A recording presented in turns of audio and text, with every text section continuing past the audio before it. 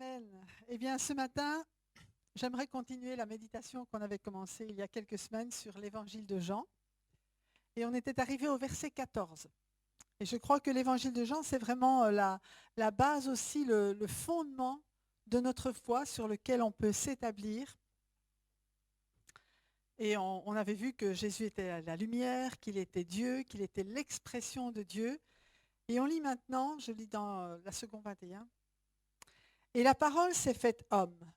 Elle a habité parmi nous, pleine de grâce et de vérité, et nous avons contemplé sa gloire, une gloire comme celle du Fils unique venu du Père. Alors on voit ici la parole de Dieu. La parole était avec Dieu, la parole était Dieu, la parole s'est faite homme, s'est faite chair dans d'autres traductions. Et en fait, c'est l'accomplissement aussi d'une prophétie dans Ésaïe, au chapitre 7, verset 14, qui dit « Voilà pourquoi c'est le Seigneur lui-même qui vous donnera un signe. La Vierge sera enceinte, elle mettra au monde un fils et l'appellera Emmanuel. » Et Emmanuel, ça veut dire Dieu avec nous. La parole s'est faite homme et elle a habité parmi nous. Alléluia. Alors bientôt, on va fêter cette célébration pour se souvenir de la naissance de Jésus. Et on va vraiment vivre cela encore. Mais le jour où il est entré, où il est venu dans ce monde, mais c'est Dieu, la parole de Dieu qui s'est faite homme. C'est pas une naissance naturelle, n'est-ce pas? On le sait très bien. Et il continue en disant, mais pleine de grâce et de vérité.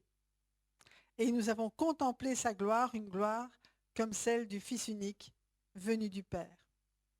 Alors donc cette parole qui s'est faite homme, ça montre aussi le fait que Dieu veut habiter parmi son peuple. Et ça, ce n'est pas quelque chose de nouveau.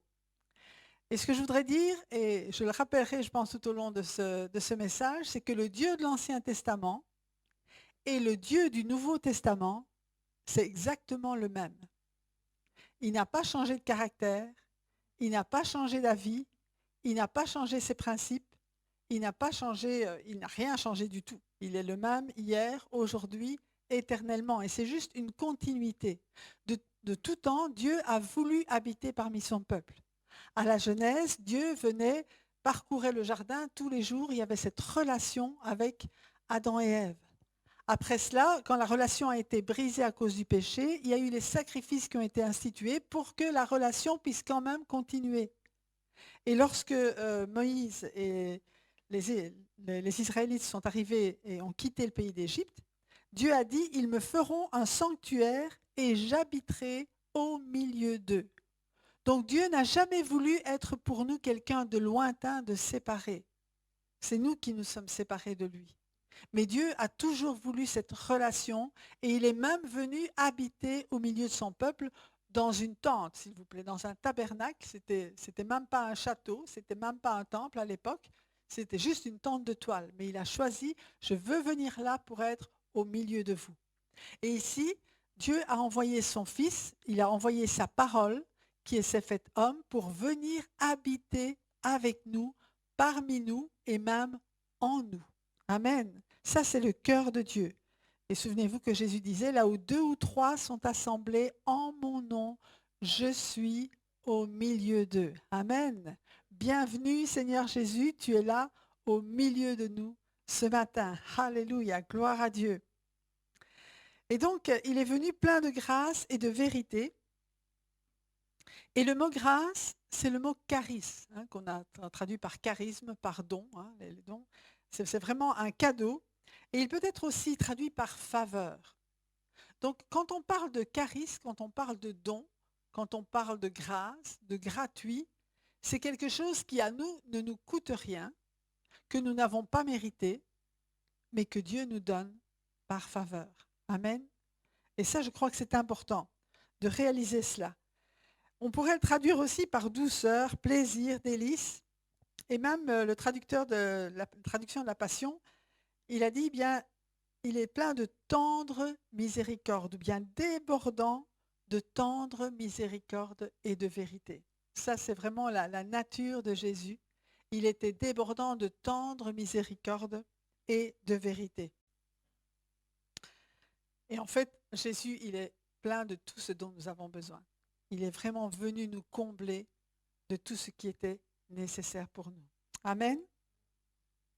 Verset 15. C'est assez systématique, mais je crois que c'est important de temps en temps d'avoir une étude systématique de la parole de Dieu. Verset 15, Jean, donc Jean-Baptiste, lui a rendu témoignage et s'est écrié, c'est celui à propos duquel j'ai dit, celui qui vient après moi m'a précédé car il était avant moi. Alors pour rappel, Jésus est né 6 mois après Jean-Baptiste.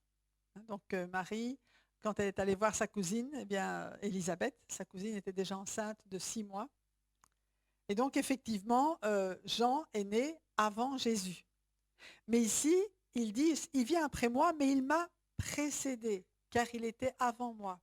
Et on pourrait dire aussi que le mot avant veut dire aussi de rang supérieur. Donc Jean reconnaît, depuis le début, il reconnaît que vraiment Jésus est plus haut que lui, est d'un rang plus élevé. Il n'est pas la même, entre guillemets, catégorie. Mais Jean est venu, lui, pour attirer les regards sur Jésus. Il est venu vraiment pour préparer le peuple.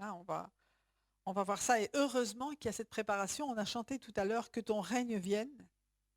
Mais ma question aujourd'hui, est-ce que nous sommes prêts à ce que le règne de Dieu vienne en nous? Est-ce qu'il y a quelque chose que nous ferions ou que nous allons faire pour que Jésus règne vraiment sur nos vies?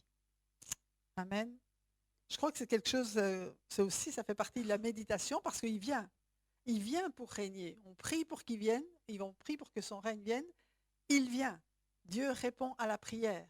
Mais soyons prêts à ce que son règne vienne. Si Dieu veut régner parmi nous, ça veut dire que nous arrêtons de régner. Comprenez? C'est plus nous qui régnons sur notre vie, du coup. On lui laisse le règne à lui. Amen. Verset 16 dit, nous avons tous reçu de sa plénitude et grâce sur grâce. Nous avons tous reçu de ce qui remplissait Jésus. Alors imaginez Jésus, sa personne, son amour, sa bonté, sa grâce, sa vérité, sa justice. Alléluia. Nous avons tous reçu de lui en abondance une grâce après l'autre. Amen. C'est un continuel. On continue à recevoir une grâce l'une après l'autre. Et dans Éphésiens, là maintenant je vais lire dans Paroles vivantes, chapitre 1, verset 23, il dit « Ce corps, qui est l'œuvre parfaite du Créateur de toutes choses, le Christ le fait grandir sans cesse. » Donc il parle du corps de Christ, il parle de nous. Il fait grandir ce corps sans cesse et il comble chaque membre de sa plénitude, lui qui pourtant remplit l'étendue de l'univers et conduit tout vers son accomplissement. Le Dieu de l'univers, qui remplit tout l'univers, il vient remplir chacun d'entre nous, chacun de ses enfants, de sa plénitude. Amen. Donc il ne vient pas seulement au milieu de nous quand nous sommes ensemble, mais il vient en nous, il vient faire sa demeure en nous. Amen. Et nous remplir de sa plénitude. Je crois que c'est tellement grand que pour le comprendre, il va falloir un certain temps et surtout la puissance du Saint-Esprit et la révélation du Saint-Esprit dans nos vies pour nous faire réaliser que la plénitude de Dieu habite en chacun de nous. Parfois, tu as dit tout à l'heure, c'est vrai que nous sommes des enfants d'adoption, mais parfois nous nous comportons comme des orphelins. En disant, Seigneur, fais ceci, fais cela, j'ai pas ceci, j'ai pas cela, je manque. Tu manques de rien parce que le Dieu de toute grâce habite en toi. Amen. Mais il faut réaliser cela et saisir cette vérité. Amen. Verset 17. En effet, la loi a été donnée à travers Moïse, mais la grâce et la vérité sont venues à travers Jésus-Christ. Waouh! Bon, la loi, on sait tous ce que c'est tu peux faire ceci, tu ne peux pas faire cela. Et c'était bien. Les principes que Dieu a donnés lui-même dans la loi sont des principes justes et qui demeurent. Et Jésus a dit qu'il n'y a pas un seul iota de la loi qui va disparaître. Donc le standard de Dieu pour notre vie n'a pas changé. Amen. Mais la différence, c'est que maintenant la grâce et la vérité sont venus à travers Jésus-Christ. Et à 2 reprises dans ce texte, on a vu au verset 14, pleine de grâce et de vérité. Ici, de nouveau, il répète la grâce et la vérité, parce que l'un ne va pas sans l'autre. La miséricorde, la grâce, la faveur ne cachent pas la vérité. Amen. Il y a les deux. Au contraire, il la révèle et il apporte la solution. Quand Dieu révèle en nous, quand le Saint-Esprit vient révéler en nous quelque chose qui ne va pas, ça arrive, n'est-ce pas? Il ne le fait pas pour nous abattre, mais il le fait quand même pour que ça change. Il ne le fait pas pour qu'on reste avec ce péché ou avec cette chose dans notre vie. Il vient nous le révéler pour qu'on le change et qu'on le change par sa grâce. Amen. Nous sommes graciés parce que nous avons accepté et reconnu la vérité dans notre vie.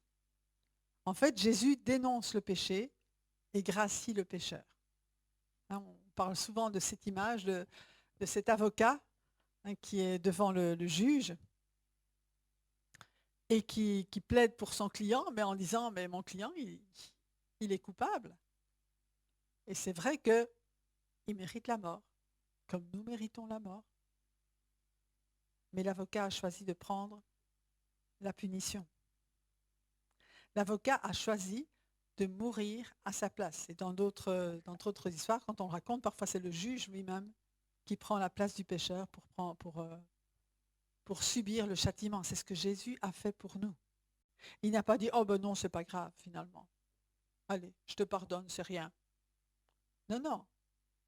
Il a payé le prix fort à cause de notre péché. Et ça, je pense que c'est peut-être quelque chose dont on ne prend pas toujours conscience. Parce qu'on a tellement l'habitude de dire « Jésus est mort pour moi, il est mort à ma place », que ça devient comme si c'était non seulement gratuit, mais sans prix. Comprenez? Comme si ça n'avait pas vraiment la valeur que ça a eu. Mais on va étudier un peu ça. Quelle valeur ça a, ce sacrifice de Jésus? Et donc Jésus dénonce le péché et gracie le pécheur. Et on trouve cette phrase dans Proverbe 28, 13 qui est vraiment importante. Celui qui cache ses transgressions ne prospère pas, mais celui qui les met, on aura compassion, on ne réussira pas, mais on aura compassion de celui qui les reconnaît et les abandonne. Je vous disais tout à l'heure que les exigences de Dieu, elles n'ont pas changé. Dieu pardonne, mais il nous demande d'abandonner nos péchés, de ne pas continuer à les faire. Amen. Et j'ai écrit ici, la grâce, ce n'est pas de la tolérance. Comprenez la différence? La tolérance, on dit, bon, c'est pas grave, tu peux continuer. La grâce, elle dit non, c'est très grave ce que tu as fait, mais je te pardonne parce que quelqu'un a donné sa vie pour toi. Amen. Au verset 18, nous voyons « Personne n'a jamais vu Dieu. Dieu, le Fils unique, qui est dans l'intimité du Père, est celui qui l'a fait connaître. Il nous a montré le chemin pour aller au Père. » Alors Jésus dit « Je suis le chemin, la vérité, la vie. » On ne vient au Père qu'en passant par moi. Mais il nous montre le chemin et puis il fait plus que ça. Il nous introduit au Père. C'est un petit peu comme, voilà, je connais le roi et puis je vais présenter Pamela. Je vais amener Pamela au palais et puis je vais dire au roi, sire, voici Pamela. Pamela, voici sa majesté. Mais Jésus, c'est ce qu'il fait avec Dieu. Il nous introduit au palais du roi des rois. Il nous introduit au palais du Dieu Tout-Puissant. Il nous ouvre l'entrée devant le trône du Dieu créateur du ciel et de la terre. Amen. Alléluia. Et nous pouvons être avec lui. En lui, nous avons ce libre accès parce que nous avons revêtu les bons habits aussi. Amen. On ne va pas au roi en guenilles, mais on revêt cet habit pur parce que nous avons été lavés, purifiés à cause et par le sang de Jésus. Amen. Donc avec Jésus, par lui, en lui, nous avons accès au trône de Dieu le Créateur, qui est maintenant notre Père, notre Papa. Waouh! Et notre Papa nous aime au point qu'il a envoyé son Fils son unique, donner sa vie pour que cette relation entre lui et nous soit restaurée, pour que nos péchés soient effacés, ces péchés même qui nous cachaient sa face et l'empêchaient de nous écouter. C'est ce que nous lisons, on va lire ensemble Ésaïe chapitre 59, versets 1 et 2.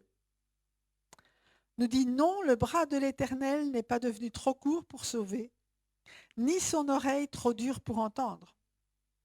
Mais ce sont vos fautes qui ont fait séparation entre vous et votre Dieu. Ce sont vos péchés qui vous l'ont caché et l'ont empêché de vous écouter. » Et tant que ces péchés demeurent entre nous et Dieu, Dieu, il voudrait écouter, mais il ne peut pas à cause du péché.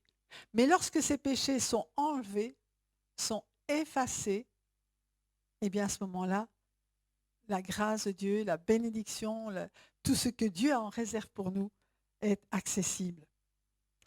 Et en fait, pour que ces péchés soient effacés, il n'y avait qu'une seule façon de solutionner cette situation terrible, c'était que le Créateur lui-même fasse le plus grand sacrifice qui puisse exister. Le sacrifice ultime qui était de donner son propre Fils. De donner Jésus pour qu'il subisse le châtiment que nous méritions et qu'il meure à notre place. Ça, c'est l'amour de Dieu. Je ne sais pas qui ferait ça ici. Qui donnerait son Fils pour mourir à la place d'un criminel? Bonne question, hein? Mais Dieu l'a fait. Dieu l'a fait. C'est waouh. Il a démontré à quel point il nous aimait et à quel point nous avions de la valeur pour lui. À quel point il désirait ardemment se rétablir cette relation avec nous. Ça, c'est l'amour de Dieu. Il l'a prouvé alors que nous, on lui crachait au visage. Il nous a aimés alors qu'on n'en avait rien à faire de son amour. Il nous a sauvés alors qu'on ne savait même pas qu'on avait besoin de l'être. Il a accompli ces choses par amour pour nous. Amen. Verset 19 de Jean, ce premier chapitre, nous dit « Voici le témoignage de Jean, lorsque les Juifs envoyèrent de Jérusalem des prêtres et des Lévites pour lui demander « Toi, qui es-tu » Il déclara et sans restriction affirma « Moi, je ne suis pas le Messie. » Dit Jean-Baptiste. Ils lui demandèrent « Qui es-tu donc? Es-tu Élie ?» Et il dit « Je ne le suis pas. » « Es-tu le prophète ?» Et il répondit « Non. » Ils lui dirent alors « Qui es-tu? Nous devons donner une réponse à ceux qui nous ont envoyés. Que dis-tu de toi-même » Alors pour juste une petite explication par rapport à le prophète, Deutéronome chapitre 18 verset 15 nous dit « L'Éternel ton Dieu fera surgir pour toi du milieu de toi, parmi tes frères, un prophète comme moi, c'est lui que vous devrez écouter. » Donc c'est Moïse qui dit ça au peuple, enfin c'est Dieu qui le dit à Moïse. Et dans un premier temps, il s'agissait de Josué, Jésus, hein, ça ressemble fort. Hein. Mais en réalité, le deuxième accomplissement de cette prophétie, vous savez que dans l'Ancien Testament, beaucoup de prophéties ont plusieurs accomplissements. Un premier accomplissement qui est presque direct et un autre accomplissement généralement qui nous concerne, qui concerne Jésus, qui concerne la fin des temps, etc. Et quand Pierre a donné son discours dans Acte 3, versets 22 à 23, Moïse a dit en effet à nos ancêtres, « Le Seigneur vous fera surgir pour vous parmi vos frères un prophète comme moi. Vous l'écouterez dans tout ce qu'il vous dira. Celui qui n'écoutera pas ce prophète sera exterminé du milieu du peuple. Tous les prophètes qui ont parlé depuis Samuel et ses successeurs ont aussi annoncé ces jours-là. » Donc là, c'est Pierre qui se sert de ce passage pour dire, voilà, il s'agit de Jésus. C'est Jésus le prophète. C'est Jésus celui qui vient de la part de Dieu et qu'il faut vraiment écouter. Amen.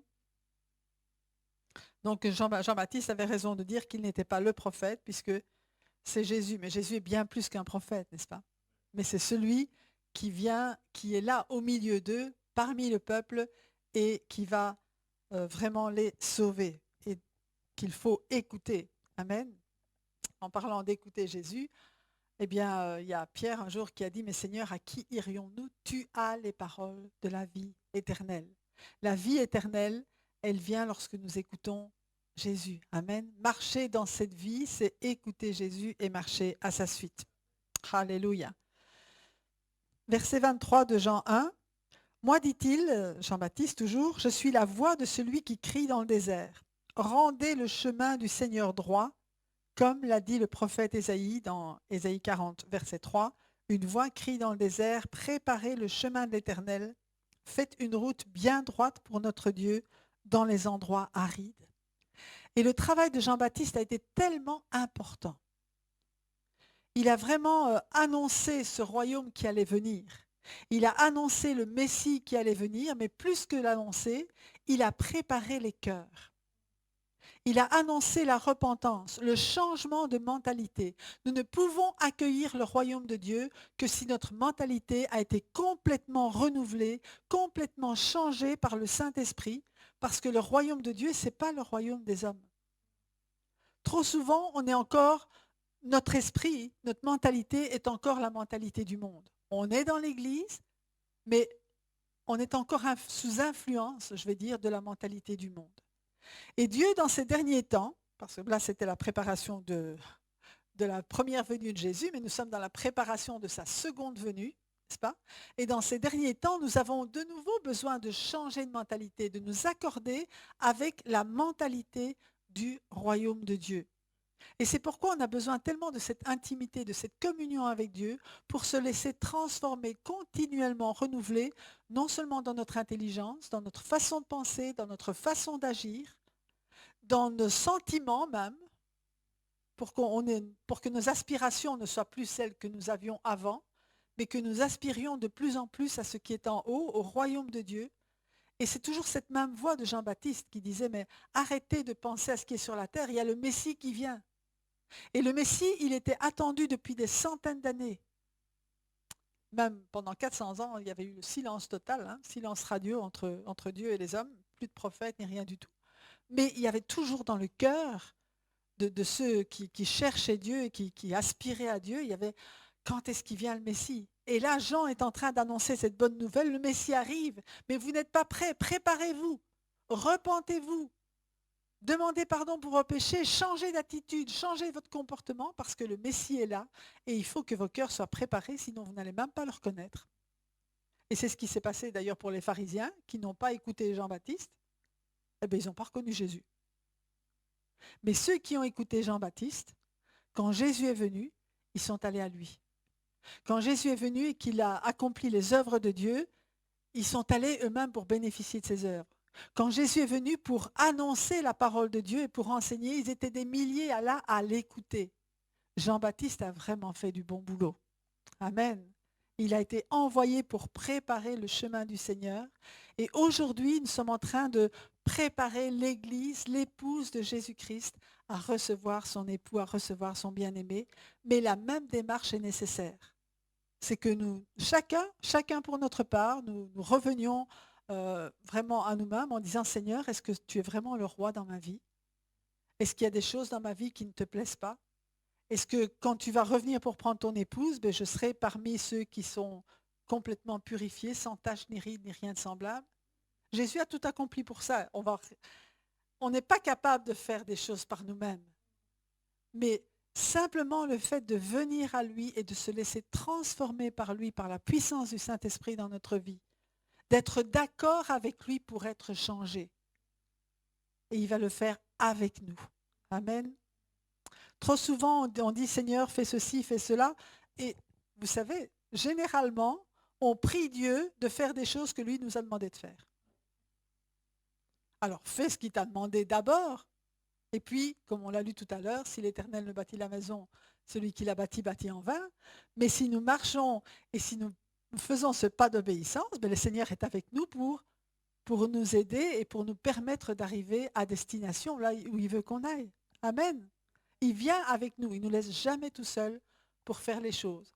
Mais si nous n'entamons pas ce pas d'obéissance, il n'y a rien qui va se passer, il ne va pas le faire tout seul non plus. Amen. Il bâtit avec nous. Alléluia. Et on travaille avec Dieu. Amen. OK. Alors, une fois de plus dans ce passage, nous avons cette confirmation que Jésus est Dieu, puisqu'il est dit, une fois crié dans le désert, préparez le chemin de l'Éternel. Et c'est le chemin de Jésus que Jean-Baptiste prépare. Donc, si jamais on avait encore besoin de savoir que Jésus est Dieu, il y a encore ce passage-là. Tout l'évangile de Jean et les lettres de Jean sont vraiment l'explication et la démonstration de la divinité de Jésus-Christ. Il n'est pas seulement un prophète, il est vraiment le Fils de Dieu. Il est Dieu fait homme. Amen. Verset 24. Ceux qui avaient été envoyés étaient des pharisiens. Ils lui posèrent encore cette question, « Pourquoi donc baptises-tu si tu n'es ni le Messie, ni Élie, ni le prophète ?» Et Jean leur répondit, « Moi, je baptise d'eau. Mais au milieu de vous se trouve quelqu'un que vous ne connaissez pas. » Il s'adresse aux pharisiens. « Il vient après moi, mais il m'a précédé. » De nouveau, il répète cela. « Et je ne suis pas digne de détacher la courroie de ses sandales. » Je ne suis même pas digne de me prosterner devant lui. En moi-même, dit Jean, j'ai aucun mérite, il n'y a rien qui m'autoriserait à le faire. Mais la grâce de Dieu est là. Amen. Et la première chose, c'est de reconnaître aussi notre indignité. Jean, je vous le disais, il a fait un travail extraordinaire. Il a servi Dieu dès sa jeunesse. Depuis qu'il est tout petit, il est préparé à cette œuvre-là. Et Jésus va reconnaître vraiment que c'était le prophète que Dieu avait envoyé. Mais il dit, mais moi, je ne suis pas digne. Lui, il est le Seigneur. Lui, il est le Saint. Lui, il est le Tout-Puissant. Et donc, les pharisiens à qui Jean répond étaient les chefs religieux de l'époque, qui se considéraient même, écoutez bien, ces gens-là se considéraient comme séparés du péché et plus proches de Dieu que les autres personnes. Ça, c'était la vision qu'ils avaient d'eux-mêmes. Et l'humilité de Jean-Baptiste fait contraste avec cette autosuffisance des pharisiens. Et tout commence aussi pour nous avec l'humilité. Vous vous souvenez de cette parabole qui parle de deux hommes qui vont au temple pour prier? L'un qui dit, « Seigneur, je te loue de ce que je ne suis pas comme le reste des hommes, je jeûne 2 fois la semaine, je te fais mes aumônes, etc., je prie. » Et puis l'autre, dans son coin, c'était un publicain, un collecteur d'impôts, qui dit, « Oh Seigneur, pardonne-moi, aie pitié de moi qui suis un homme pécheur. » Et la Bible dit, Jésus dit, des deux, le publicain a été justifié, le pharisien ne l'a pas été. Parce qu'il n'a pas reconnu ses manques, reconnu ses fautes, reconnu son indignité, alors que l'autre l'a reconnu et simplement s'est appuyé sur la grâce de Dieu et pas sur ses mérites. Amen. Donc là, c'est de cette attitude, oh, c'est plus fort maintenant. C'est de cette attitude-là qu'il s'agit. Alléluia. L'importance de reconnaître, mais tout en s'humiliant devant Dieu, en reconnaissant que c'est lui qui est le Seigneur, en même temps recevoir sa grâce.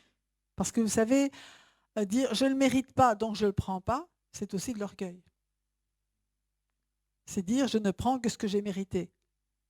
Mais dire je ne le mérite pas, Seigneur, mais merci pour ta grâce, merci pour cette faveur imméritée, et je la reçois parce que c'est à cause de ton amour. Ça, c'est l'humilité. Amen. Et puis, on peut marcher avec ce que Dieu nous a donné en reconnaissant que c'est sa faveur et que c'est lui qui nous l'a donné. Amen. Et que c'est sa grâce qu'il a fait. Gloire à Dieu. Verset 28, cela se passait à Béthanie, de l'autre côté du Jourdain, où Jean baptisait. Alors cet endroit où Jean baptisait pourrait être, bon, il y a beaucoup de discussions encore, mais cette version-ci me plaît beaucoup, donc je vous la donne.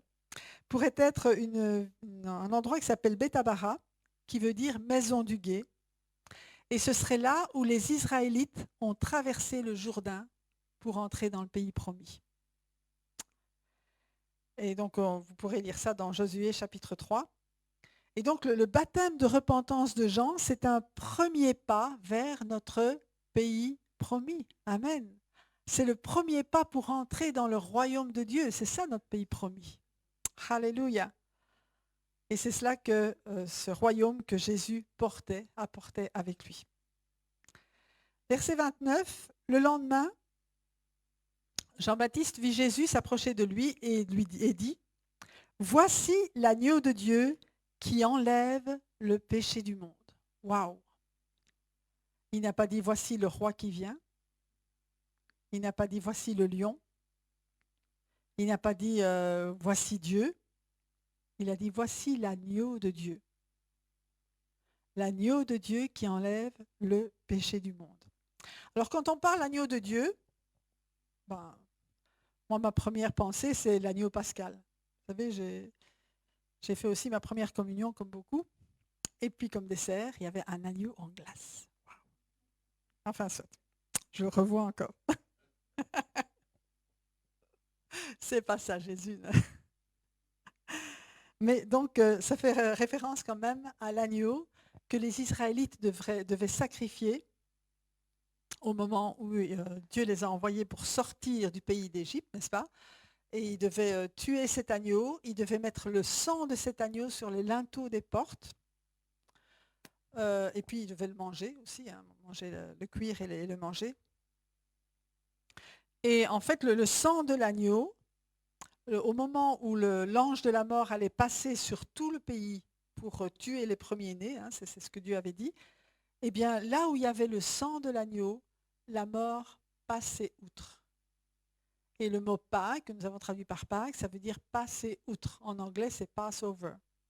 Il passe au-delà et la mort ne s'arrête pas, ne s'est pas arrêtée dans les maisons où le sang de l'agneau était sur les linteaux. Et c'est cette cérémonie, c'est cela que chaque année, eh bien, les Juifs aussi se remémorent. Nous, lorsqu'on fête Pâques, on fête plutôt la mort et la résurrection de Jésus. Mais Jésus est mort à Pâques. Jésus est mort à ce moment où on sacrifiait l'agneau en commémoration de cet événement.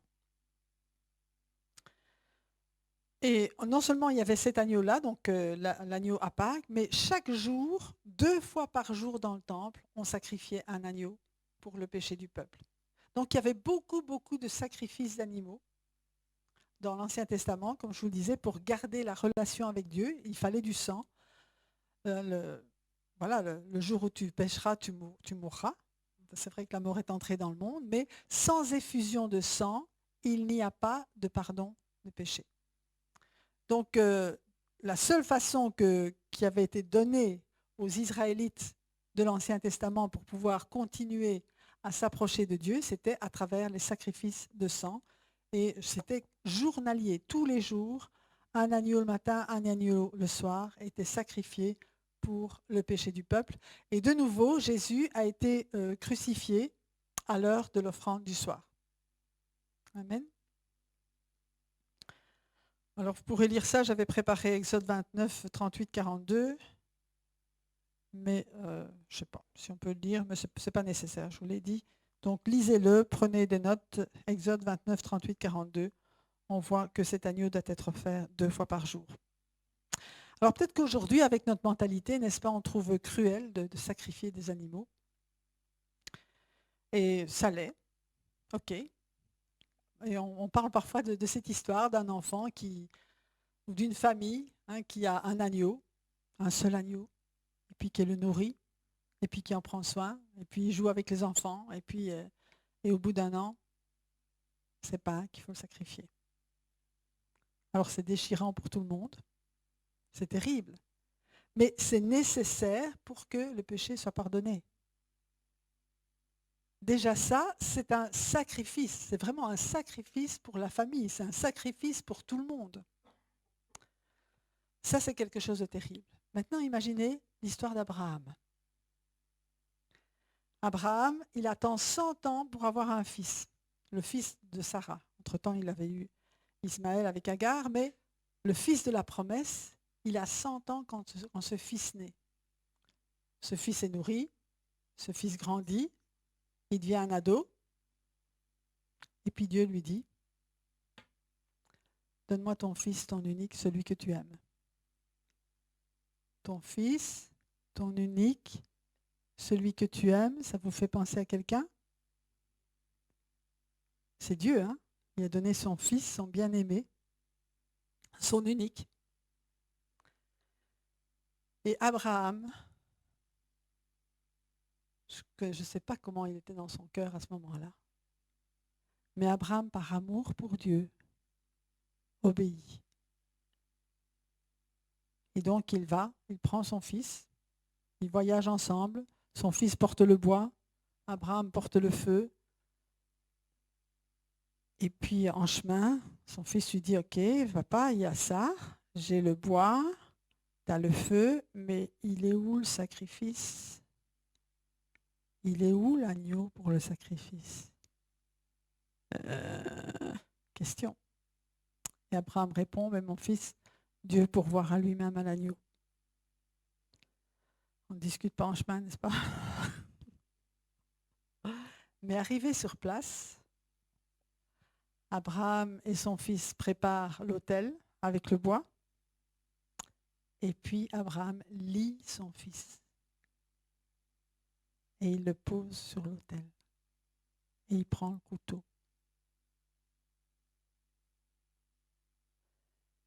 Qu'est-ce qui va se passer? Il lève le couteau. Et à ce moment-là seulement, l'ange de l'Éternel lui dit, arrête. Je vais pleurer. Arrête, j'ai vu que tu m'aimais. Ne fais pas de mal à l'enfant. Abraham n'est pas allé jusqu'au bout parce que Dieu l'a arrêté dans son amour. Et ce qui s'est passé, c'est que derrière les buissons, il y avait un bélier qui était pris par les cornes.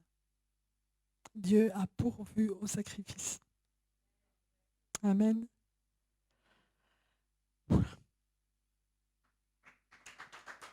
Mais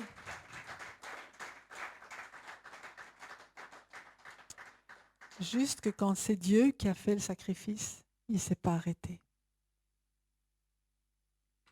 Abraham, je crois là, a connu le cœur de Dieu. Parce que dès avant la fondation du monde, Dieu avait donné son Fils. Avant même que le péché existe, le plan de Dieu de nous sauver par la mort de Jésus était là. Et Dieu a partagé son cœur avec Abraham. Son cœur de père qui donne son Fils pour l'humanité. Mais quand Jésus était sur la croix, il aurait pu envoyer des milliers d'anges pour dire stop. J'ai vu que tu m'aimais, on arrête là. Il ne l'a pas fait. Dieu, le Père, a donné son Fils et a laissé Jésus mourir. Il a été jusqu'au bout.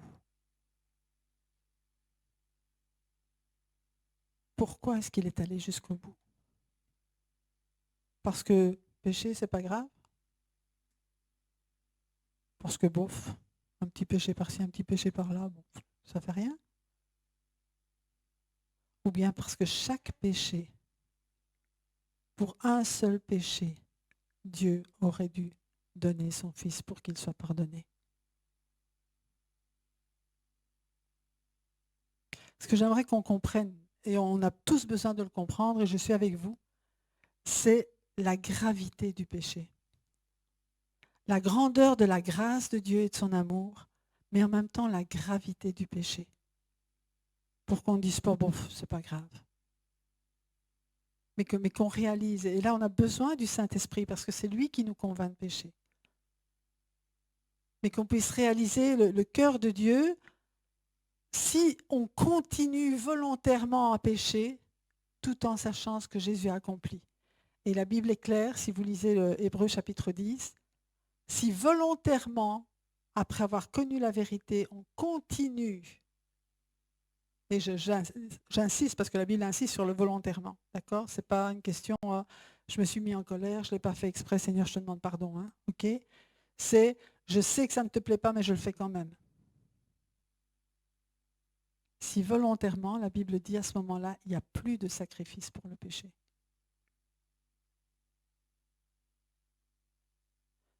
Mais la grâce de Dieu est là. Si nous reconnaissons nos péchés, si nous les abandonnons, Dieu est fidèle et juste pour nous les pardonner et pour nous purifier de toute injustice. Et je crois que Dieu vient, le royaume de Dieu vient Mais la préparation dans nos cœurs de cette venue du royaume, c'est de reconsidérer l'importance du péché dans notre vie. Vous comprenez l'importance pour l'éliminer et de dire, Seigneur, il y a des péchés dont on ne sait pas se débarrasser tout seul. Ok? Alors ça, il y a toujours une façon, parce que Dieu est là aussi pour nous libérer. Mais il y a notre volonté de vivre une vie de sainteté. Jésus a dit, vous êtes saints, car je suis saint. Et je ne sais pas pour vous, mais pour moi, parfois, je ne réalise pas tout ça. Je vous le dis, mais j'ai besoin aussi que le Saint-Esprit vienne aussi me convaincre pour qu'on marche vraiment dans la sainteté de Dieu. Parce qu'il vient chercher une église qui est pure, sans tache ni ride, ni rien de semblable. Non seulement parce qu'il nous a lavés de tous nos péchés, mais aussi parce qu'il a changé notre cœur. Notre cœur méchant nous conduisait à pécher, mais nous avons un nouveau cœur. Il a mis dans nos cœurs un cœur de chair, un cœur qui fait qu'on va suivre ses lois, qu'on va être rendu capable de faire ce qui lui plaît. Amen. Voici l'anneau de Dieu qui enlève le péché du monde. Alors, à enlève, il y a une première interprétation. Il enlève, il élève, comme on retire une ancre. Vous savez, le bateau, quand il est au milieu de l'océan, enfin au milieu, pas vraiment au milieu parce que là, ce serait vraiment trop long, mais si on veut qu'il s'arrête, on jette une ancre pour qu'il soit accroché au sol et qu'il n'avance plus. Eh bien, le même mot qui est utilisé pour lever l'ancre, c'est le même mot qui est utilisé pour ôter les péchés. Ça veut dire je te détache. Non seulement il nous purifie, mais il nous détache de ce qui nous forçait à pécher. Amen. Il nous permet maintenant d'avancer dans le royaume de Dieu. Il détache le lien qui nous tient accrochés au péché, mais en plus, il enlève, il efface le péché, ça veut dire qu'il retire la culpabilité, ce manteau de culpabilité qui était sur nous et qui lui aussi nous poussait à recommencer. Quelqu'un qui se sent coupable n'aura même pas la force de faire des efforts pour arrêter de pécher. Mais quelqu'un dont la culpabilité est ôtée, waouh! Ah, maintenant je suis blanc, je suis pur, c'est bien. Ah, ben je peux avancer dans la sainteté. Comprenez? Mais si on est déjà sale, qu'est-ce qui nous empêche de nous salir encore? Vous savez, quand vous mettez des vêtements sales, vous n'avez pas peur de vous salir. Quand vous mettez une robe blanche, vous faites attention. Ben c'est ça. Tant qu'on a nos vêtements sales, on continue à salir. Bon, c'est juste une tâche de plus. Mais lorsque nous sommes revêtus de ce vêtement blanc, parce que nous avons été purifiés par le sang de l'agneau, waouh! On va faire ce qu'on peut pour le garder blanc. D'accord avec moi? Amen. Et si par hasard on fait une tache, une éclaboussure, on va aller laver tout de suite. Hein. C'est vrai? Mais notre vie, c'est pareil. Alléluia. Ésaïe chapitre 53, versets 6 à 9 nous dit, « Nous étions tous comme des brebis égarées. Chacun suivait sa propre voie, et l'Éternel a fait retomber sur lui, sur Jésus, l'iniquité, les fautes, nos fautes à tous. » Nos fautes à tous. Il n'y en a pas un pour lequel le sacrifice de Jésus n'est pas suffisant. Il n'y a pas une faute que le sacrifice de Jésus ne peut pas laver et purifier. Il n'y a pas une personne que le sacrifice de Jésus ne peut pas sauver. Amen. Le sacrifice est suffisant pour tous les péchés de toute l'humanité de tous les temps. Amen. La seule chose qu'il nous faut, nous, c'est recevoir cela. Il a été maltraité. Il s'est humilié et n'a pas ouvert la bouche. Pareil à un agneau qu'on mène à l'abattoir, à une brebis muette devant ceux qui l'attendent, il n'a pas ouvert la bouche. On retrouve l'agneau là. Il a été enlevé sous la contrainte et sous le jugement.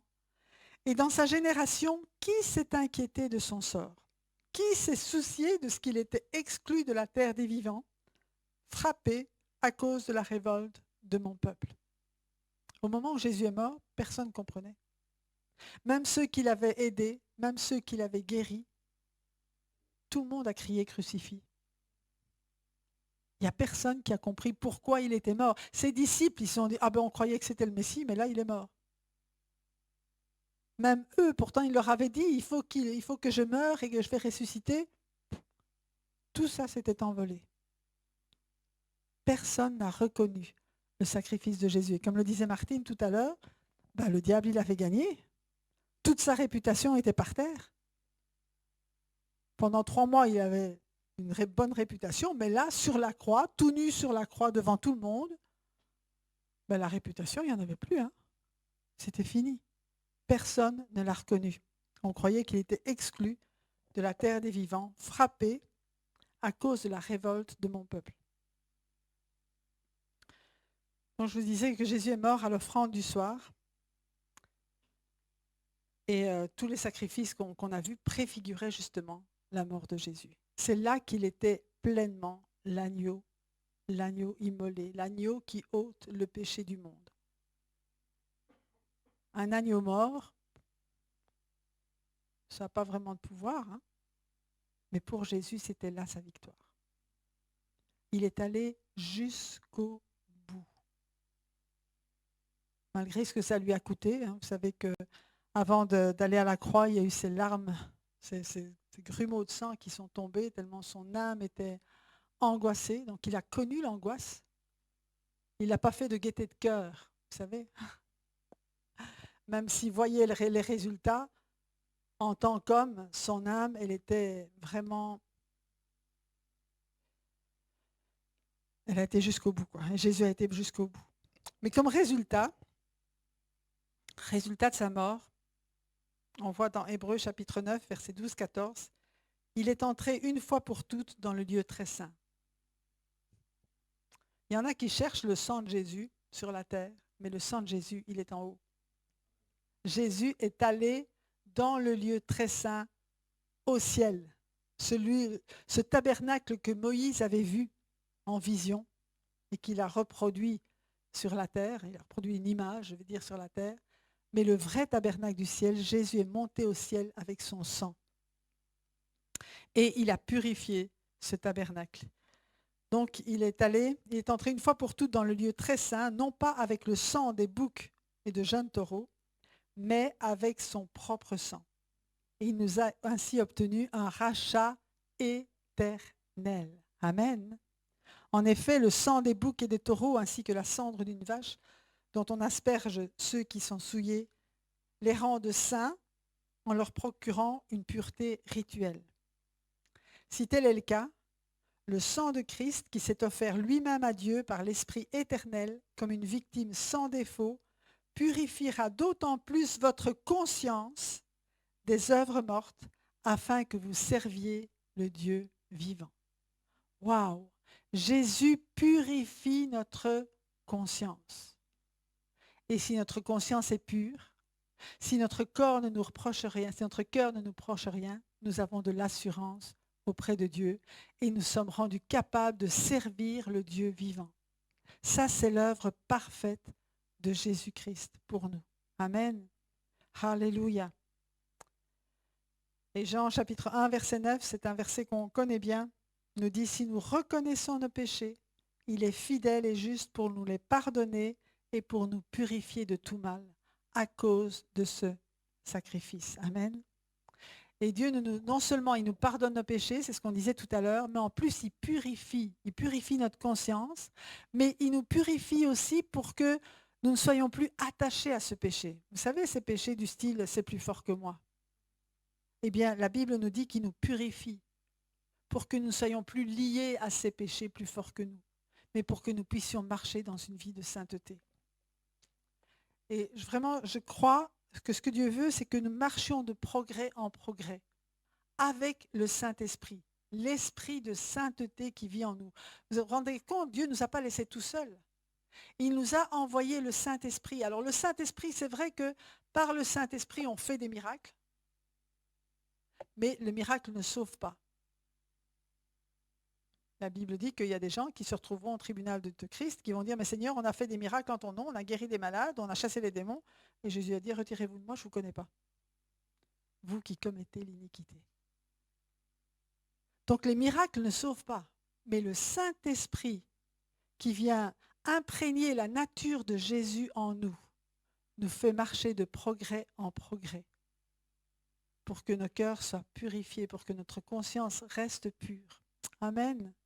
C'est un cadeau de Dieu, c'est une faveur imméritée, mais dont nous devons tenir compte. Amen. Il faut qu'on vive avec ça. Est-ce que je m'explique bien? Ok.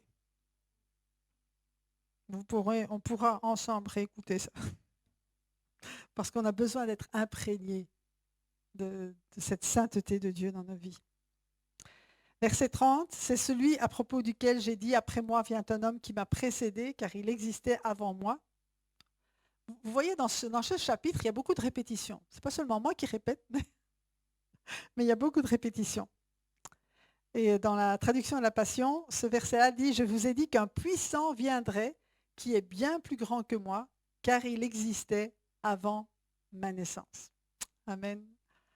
Pour ma part, dit Jean-Baptiste, et je termine avec ça, je ne le connaissais pas. Je n'en avais pas fait l'expérience encore, je ne l'avais pas expérimenté. C'était son cousin, mais il ne savait pas que c'était le Messie avant que Dieu lui montre. Mais c'est afin de faire connaître à Israël que je suis venu, mais c'est afin de le faire connaître à Israël que je suis venu baptiser d'eau. Jean rendit aussi ce témoignage. J'ai vu l'Esprit descendre du ciel comme une colombe et s'arrêter sur lui. Je ne le connaissais pas, mais celui qui m'a envoyé baptiser d'eau m'a dit, celui sur qui tu verras l'Esprit descendre et s'arrêter, c'est lui qui baptise du Saint-Esprit. Et moi j'ai vu et j'atteste qu'il est le Fils de Dieu. Amen. Et de la même manière, donc on nous dit ici que Jésus est celui qui baptise de l'Esprit de sainteté. C'est lui qui nous plonge dans l'Esprit de sainteté pour qu'on puisse vivre de sa sainteté. Amen. Alléluia. Seigneur, je te bénis. Je te bénis pour ta parole, je te bénis pour qui tu es. Je te bénis, Seigneur, pour ce que tu as fait.